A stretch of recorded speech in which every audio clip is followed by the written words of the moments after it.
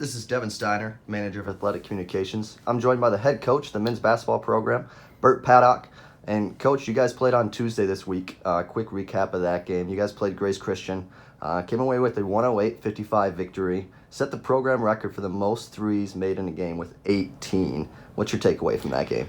Well, I was proud of our kids. We took a really bad loss here at home on Saturday where I shouldn't say a bad loss. Parkside's got a good program. It just didn't feel like we played very well. We didn't share the ball, didn't play real hard on defense. Had some great learning experiences from watching the film, at least we felt like they were, and wanted to make sure on Tuesday that we bounced back from that. And sometimes you worry about who you're playing. Is it a non-league game? Is it a league game? And coming back against a non-league opponent, I was a little worried about our guys, but they came back great. They shared the ball really well, scored 108 points.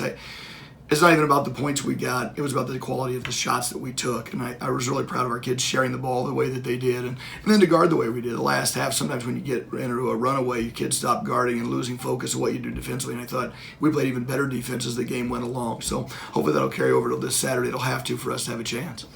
It's an exciting time of the year, switching gears. You guys play crosstown rival Grand Valley State tomorrow.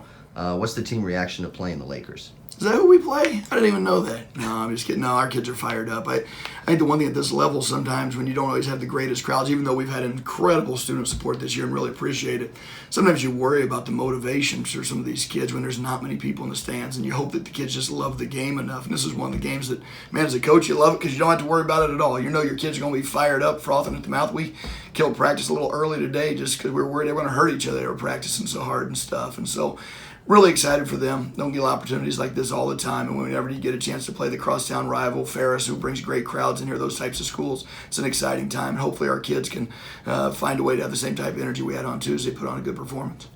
Do you feel like there's any extra motivation playing that team compared to any other team in the GLIAC, or is it just always a high-intensity game playing a GLIAC opponent? Yeah, well, for us right now, having won the conference last year outright, those kids don't forget that they feel that ring on their finger. Like they're excited about it. That's our goal when the season starts. And I tell them we've already got one loss in the conference. It was a home game. We don't want to have another. And so I think that the motivation is to win a championship. I tell all of our if I brought you here and your goal is not to win a championship, that you're at the wrong place. We're probably not going to get along real well because it's not about stats and individual accolades and player of the year. And even though some of those things come along with winning comes first. Those other things don't happen if you're on an average team. And so we preach that all the time. Our kids have bought into it. And I think we'll have a heck of an effort tomorrow. Doesn't mean you're going to win every game, but I think at the end of the day, if you can go out there and compete as hard as you possibly can, the wins will take care of themselves in the end. That's what we hope to do on Saturday. Grand Valley's main guy is Jake Van Tuberingen, averaging 19.3 points, 10.4 rebounds a game, which is a GLIAC best right now. What do you do to slow a player like that down? Hope he gets in foul trouble. I don't know. It's going to be a team effort. We've talked a lot about trying to surround him. The thing tough about Jake is he scores in so many different ways. He posts up. He's a great offensive rebounder. He makes his free throws. He's a good three-point shooter now all of a sudden. And his best thing is he goes off the bounce. And, man, he starts going to the basket. He starts spinning. And he's hard to handle. And so there's not one guy on our team that's going to guard him. There's not one guy on anybody's team in our conference that's going to guard him. It's going to take a combined effort of everybody. We got to be really alive and in tune to when he drives, helping, trying to dig it out there. And then on the backside, running at their shooters and running them off the three-point line. They got a great three-point shooting team. So as good as Jake is, they have a very good team. They put a lot of good players out there, which is why they're off to such a great start. Hopefully we can have the energy and the focus needed to control those guys and get them slowed down. And right now, you got 3 guys shooting better than 45% from 3, which is an incredible mark, and 5 guys averaging at least 9 points. Geno's right there at like 8.3, 8.5. So 6 guys averaging more than 8 points a game. How much of an advantage is it for you as a coach having all those offensive weapons at your disposal? Well, it makes it easier for us as coaches. You don't have to draw up magic plays to get a basket. There's been years where it's happened like that here, and our coaches, my assistants have done a good job running the offense.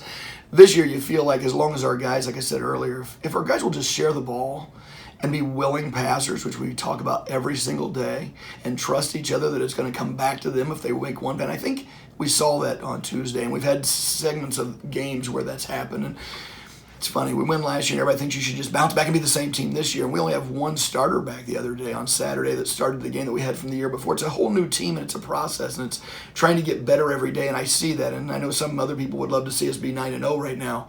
But I'm really satisfied with where our kids are coming and going and what they're talking about and understanding that this is a process to get better. It's not going to just happen from day one. the thing is, we just got to continue to get better every day and keep talking in the right voice and having the right things being said. If all those things happen, I think at the end of the day, at the end of the year, we'll be where we want to be. If you could give one, what's the biggest key for you guys to get a victory tomorrow? Score more points than they do. No, there's one thing I really think that they do a good job of, and I won't say they're the most athletic team in our league, but they probably run as determinedly as any team that will play all year. And the one thing that's tough about them is they got 3 or 4 different guys that they'll get the rebound or turnover and just come with it.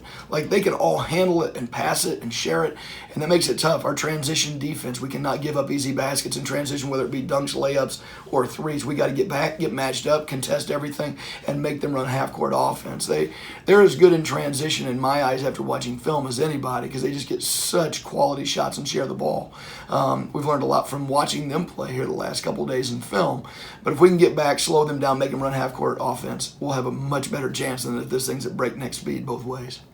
Again, the game is tomorrow, playing Grand Valley State. It's going to follow the women's game, roughly a 3 p.m. start inside the DU Student Center. Thanks for joining me, Coach. All right, thanks.